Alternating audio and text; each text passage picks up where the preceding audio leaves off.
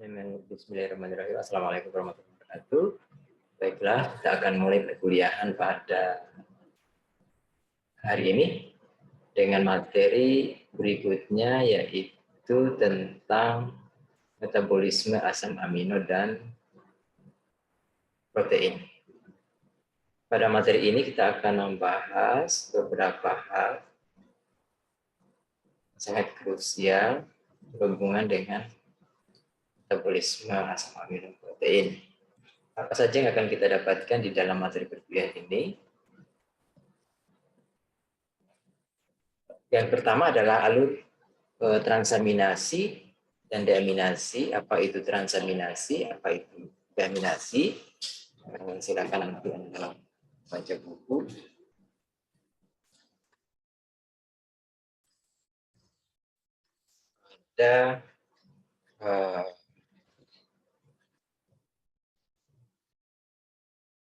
Ada halaman 275. Kemudian yang berikutnya, kita akan juga bisa melihat apa sih hubungan asam amino dengan siklus asam sitrat. Hubungan siklus urea dengan siklus asam sitrat, keberadaan enzim pengatur pada siklus urea, dan jumlah ATP yang digunakan dalam proses siklus urea. Siklus urea. Dan apa hubungan antara siklus urea dengan pengaturan pH. Selain itu, kita juga akan pelajari apa sih hiperamonemia dan apa hubungannya dengan siklus urea. Dalam hal ini, dalam konteks hubungannya dengan metabolisme asam amino dan protein. Nah, coba kita lihat bahwa bagaimana fisiologi ya atau alur secara umum dari protein yang ada di dalam tubuh, baik yang di biosintesis maupun yang masuk melalui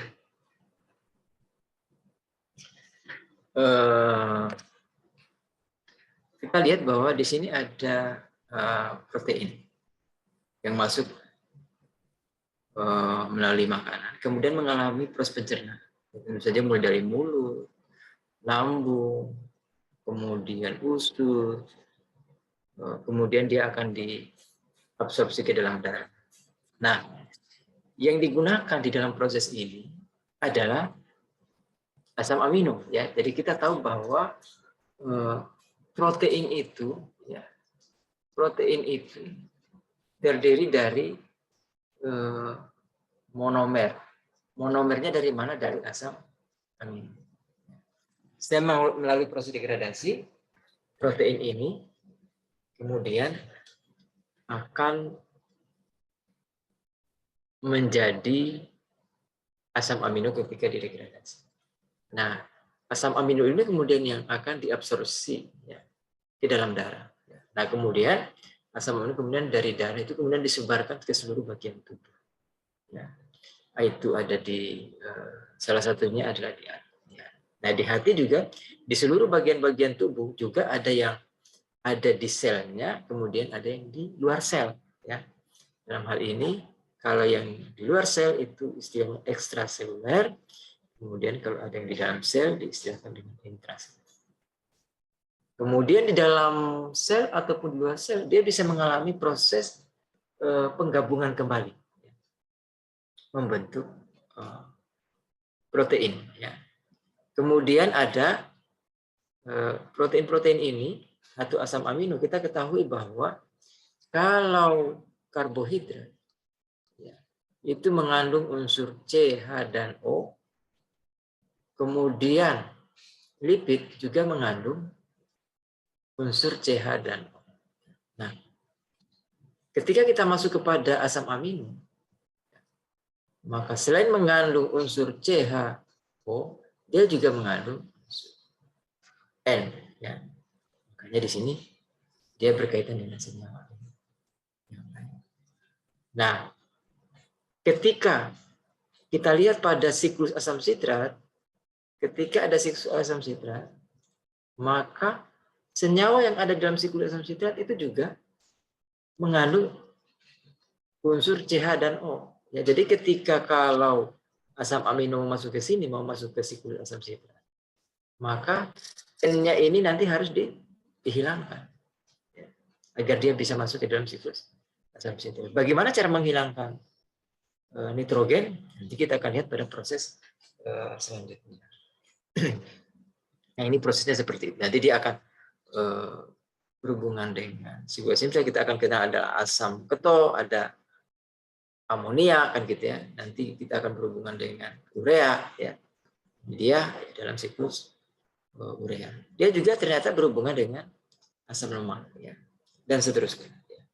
Nah, begitu penggambaran global mengenai proses yang terjadi pada asam amino ini.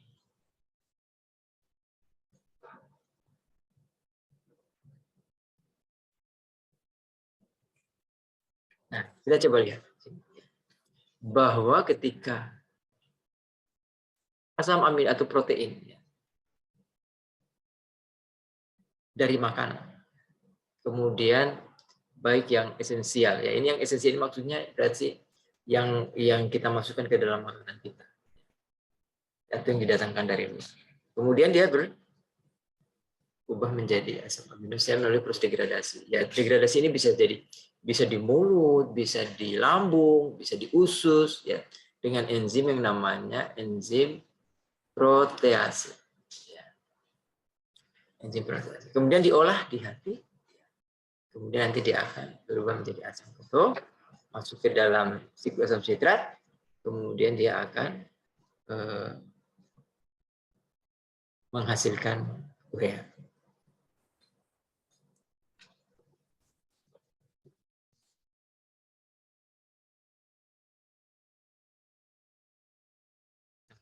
Ada 3 kemungkinan mekanisme perubahan protein. Ya. Yang pertama, itu ada yang terdegradasi menjadi sel-sel mati. Ya. Nah, jadi protein ini, jadi protein bisa ya menjadi sel. Kemudian ada juga protein ini ya diurai atau disintesis tanpa harus mematikan sel. Nah, jadi itu ada penguraian. Jadi tanpa ada hasil yang atau dikeluarkan. Ya. Kemudian masuk yang baru. Ya. Jadi itu 3 kemungkinan mekanisme perubahan protein. Berhubungan dengan ini, ya, nanti ada istilah kematian sel terprogram. Silakan Anda cari istilah searching saja. Istilah apoptosis. Ya. Silakan nanti Anda searching istilah ini. Ya. Pasti itu. Nah, dia akan berhubungan dengan protein ya, secara umum.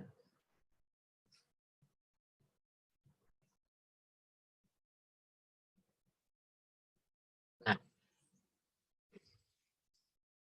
bagaimana hubungan antara metabolisme sebelumnya dengan biosintesis asam amino? Ya, nah, kita lihat di sini secara umum. Ini umum saja ya. Jadi misalkan di siklus urea. Ya. Nah, siklus urea ini melalui pintu alfa ketoglutarat dan oksalasetat. Ya. Kemudian glutama dan asparagin, ya, aspartat, dia akan menghasilkan beberapa asam amino. Ya. melalui glikolisis, ya, 3 fosfogliserat, nah, juga akan berubah beberapa asam amino penting. Nah, seperti itu. Jadi penggambarannya begini, ya. Kemudian melalui glikolisis, ya, melalui fosfoenol pirufat, ada eritrosa 4 fosfat, dia akan menghasilkan berhubungan dengan asam-asam amino yang aromatik, fenilalanine, tirosin, dan tryptophan. Atau melalui jalur pentosa fosfat, melalui ribosa 5 fosfat, dia menghasilkan histidine. Nah, jadi kita sudah bisa membayangkan mulai dari karbohidrat, lipid, kemudian asam amino dan protein itu keterhubungannya seperti apa. Ya. Nah, selanjutnya, nah kita coba mendalami istilah lain, yaitu deaminasi dan transaminasi. Tapi sebelumnya kita kenal dulu asam amino. Ya, kita kan tahu dari materi awal, ya, bahwa asam amino itu memiliki gugus amin, ya, dan gugus karboksil, ya, nah, serta ada gugus R rantai samping. Antara satu asam amino dengan asam amino yang lain itu semuanya sama rumus umumnya. Nah, yang membedakan itu adalah R. Ya. Jadi kalau saya gambarkan secara sederhana itu seperti ini.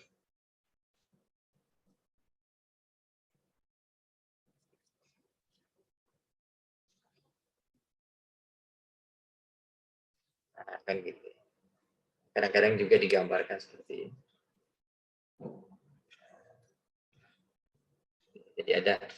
Jadi ada struktur positif, ada negatif, ya. Ada ion positif, ada negatif.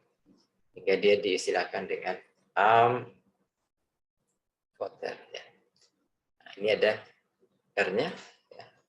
Nah, ketika dia mau masuk ke dalam siklus asam sitrat, ya, maka ini harus dihilangkan.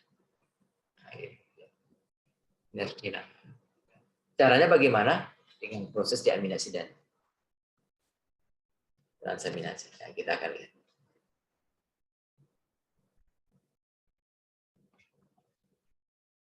Nah, ini Anda bayangkan bahwa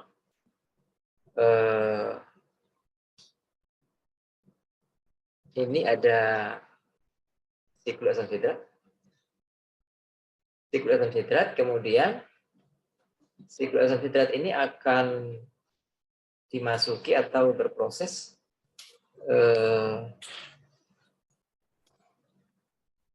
pada setiap asam amino yang tertentu, ya. Ya. Jadi melalui asetat, kemudian ada melalui alfa ketoglutarat, kemudian ada yang melalui succinyl CoA, ada yang melalui fumarat, ada yang melalui oksalasetat, ya. Kemudian ada yang melalui pirufat, ya. Kemudian ada yang menghasilkan glukosa, ya, ini dia. Tapi ada juga yang menghasilkan badan keton, ya. Nah, badan keton ini yang diistilahkan dengan asam amino ketogenik, ya. Tapi kalau ada asam amino yang bisa menghasilkan glukosa melalui jalur gluconeogenesis, maka itu diistilahkan dengan asam amino glucogenik. Itu penjelasan umum mengenai keterhubungan antara siklus asam sitrat dengan beberapa asam amino yang penting. Oke, saya lanjutkan lagi dengan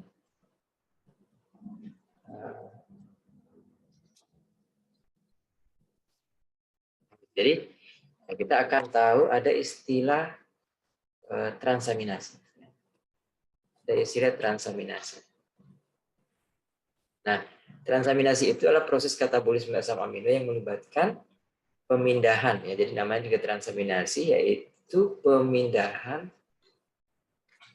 gugus amino dari satu gugus asam amino kepada asam amino lainnya. Nah, dia melibatkan apa? Melibatkan alfa ketoglutarate, ya. Kemudian glutamat.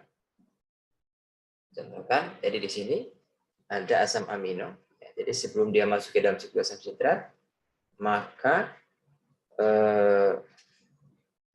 aminanya harus dihilangkan. Caranya bagaimana? Dia harus transfer ke asam alfa keto. Kemudian setelah ditransfer, maka glutamat ini berubah menjadi alfa ketoglutarate. Nah, alfa ketoglutarate inilah yang nanti akan melalui siklus asam sitrat, ya. Dan menghasilkan asam amino.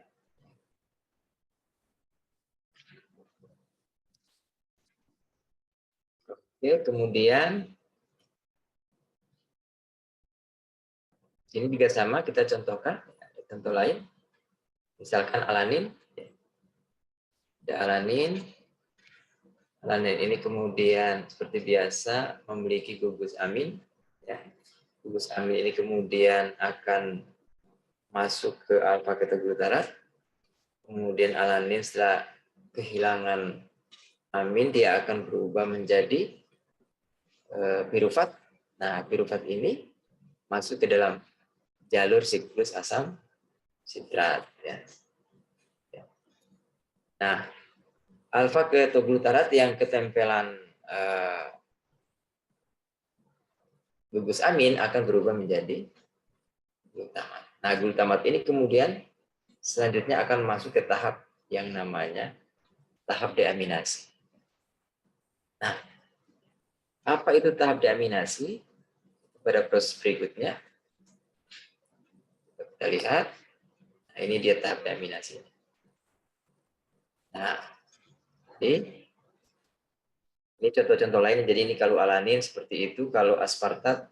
Jadi bisa dilihat di sini bahwa proses transaminasi ini dia menggunakan jalur ini. Ya. Nah, dan dia akan menghasilkan ini. Jadi artinya keberadaan senyawa ini penting. Alfa ketoglutarate. Jadi alfa ketoglutarate inilah yang berfungsi sebagai akseptor, ya, akseptor gugus amin, ya, yang berasal dari asam amino. Nah, kemudian dia akan menghasilkan glutamat. Nah, glutamat ini kemudian akan masuk ke jalur deaminasi. Oke, jadi ini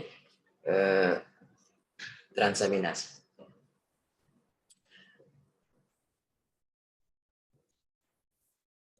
Oke, selanjutnya kita akan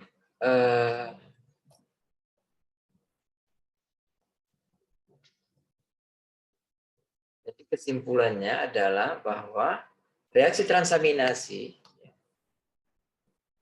gugus amino dari satu asam amino yang dipindahkan pada salah satu dari 3 senyawa keto, yaitu asam pirufat, alfa ketoglutarate, atau asalestat, sehingga senyawa keto ini diubah menjadi asam amino, sedangkan asam amino semula diubah menjadi asam keto.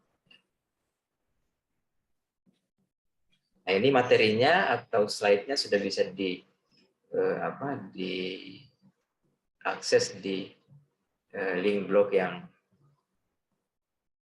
sudah Anda miliki.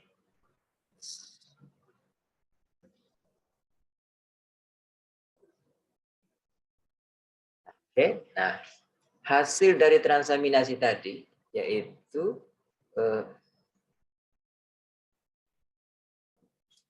L-glutamat masuk ke dalam tahap deaminasi, sementara asam keto masuk ke siklus asam sitrat. Ya. Nah, jadi itu asam keto ini maksudnya ini sudah tidak mengandung amin. Ya, gugus amin. Ya. Tidak mengandung gugus amin lagi.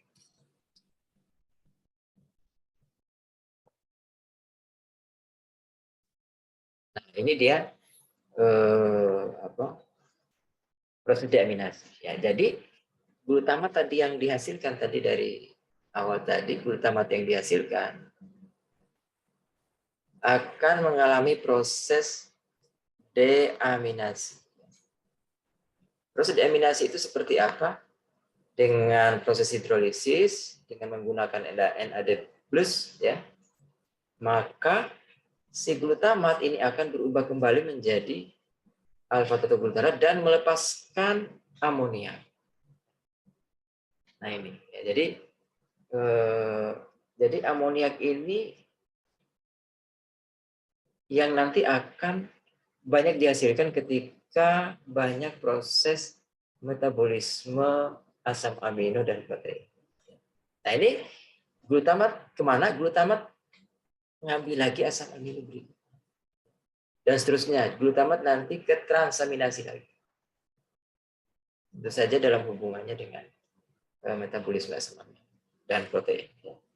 Dan seterusnya, nanti dia akan menghasilkan glutamat lagi, nanti glutamat ke sini menghasilkan alfa-ketoglutarate dan melepaskan amoniak. Nah, kemudian amoniak ini seperti apa? Karena ini amoniak adalah senyawa toksik. Amoniak ini adalah senyawa toksik. Makanya di beberapa hewan vertebrata ya, itu mengubah amoniak ini menjadi bentuk lain. Ya. Nanti kita lihat bentuknya seperti apa. Ya. Nah, jadi semua proses metabolisme asam amino dia akan menghasilkan amoniak ini. Ya. Tapi kemudian kelanjutan amoniak ini nanti kita akan bahas selanjutnya ya. Jadi di sini sudah terlihat ini ya. Jadi bagaimana proses deaminasi itu berjalan dan senyawa apa yang berperan.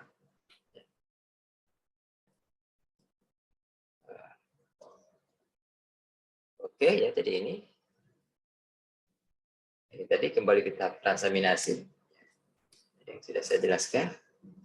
Transaminasi kemudian ini NH4 akan masuk ke dalam tahap namanya siklus urea. Karena ini harus diproses lebih lanjut karena dia senyawa toksik.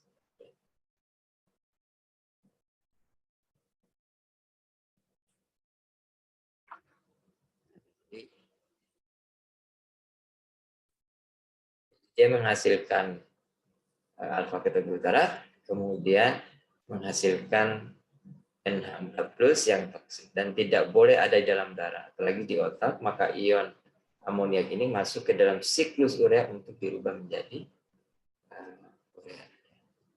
Nah, amoniak ini bukan satu-satunya hasil akhir dari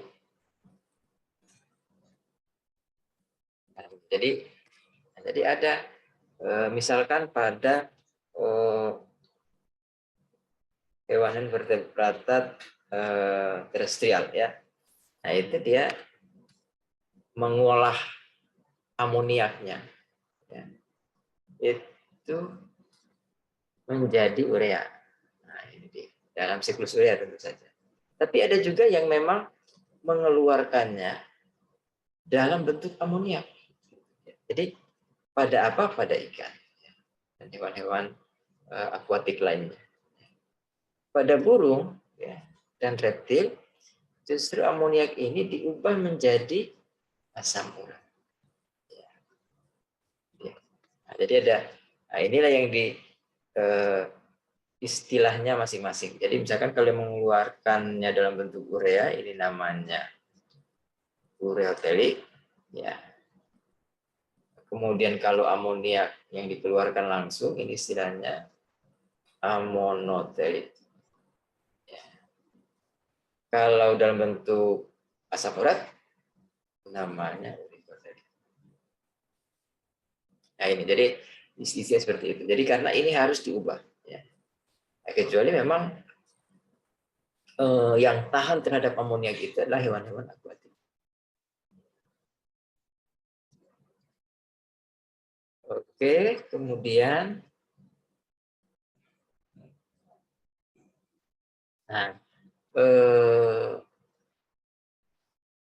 amoniak itu kemana saja? Jadi, nah ini dia, masuk ke dalam siklus urea. Bagaimana proses siklus urea? Nah, siklus urea ini, di mana amoniak yang dihasilkan tadi akan berinteraksi melalui proses kondensasi dengan CO2, membutuhkan dia. Ya. Jadi dia membutuhkan 2 ATP yang pertama, menghasilkan karbamoil fosfat. Ya.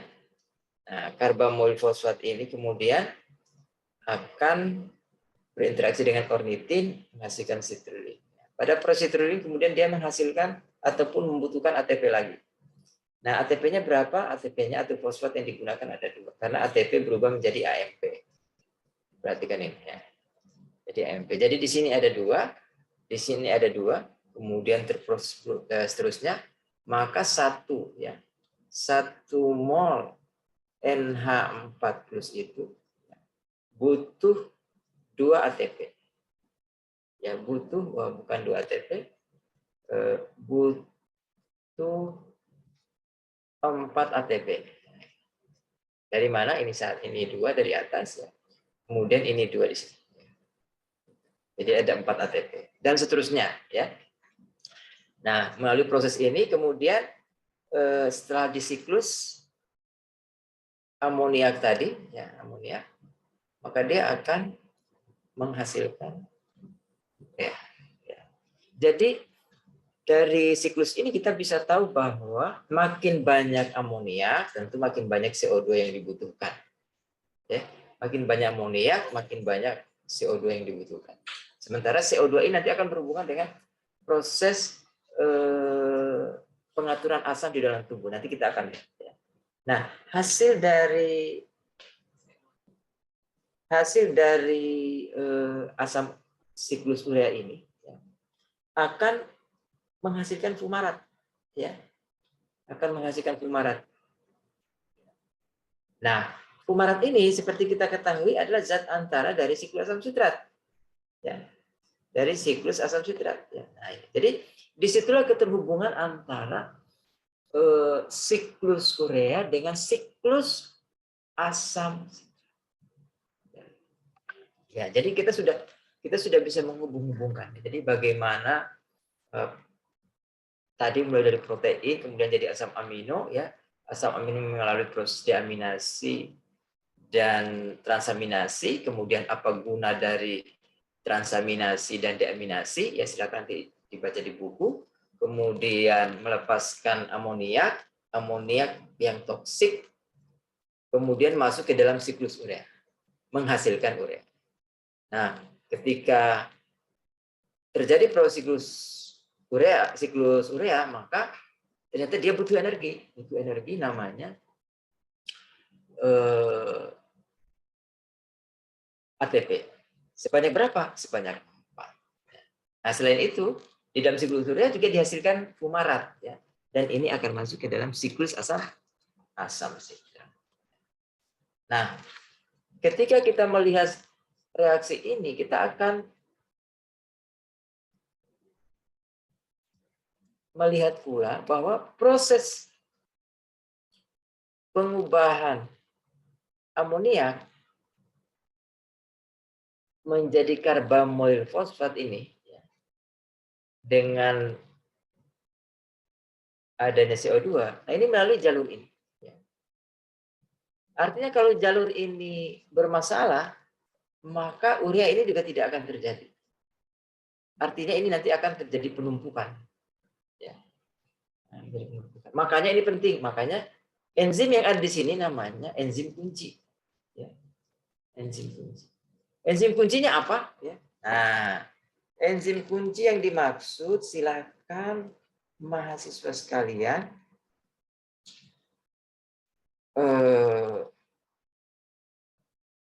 baca di buku ya, yang ada di halaman 285 ya. Bab 19. Nah, itu nanti akan ada namanya karbamoil fosfat sintetase. Tapi karbamoil fosfat sintetase ini ada dua, yaitu ada karbamoil fosfat sintetase 1 ya. Tapi ada juga karbamoil fosfat sintetase 2 ya. Nah, nanti akan ada juga di metabolisme purin dan pirimidin ya. Nah, itu. Jadi silakan nanti dibaca ya di halaman 285 ya, pada buku ya.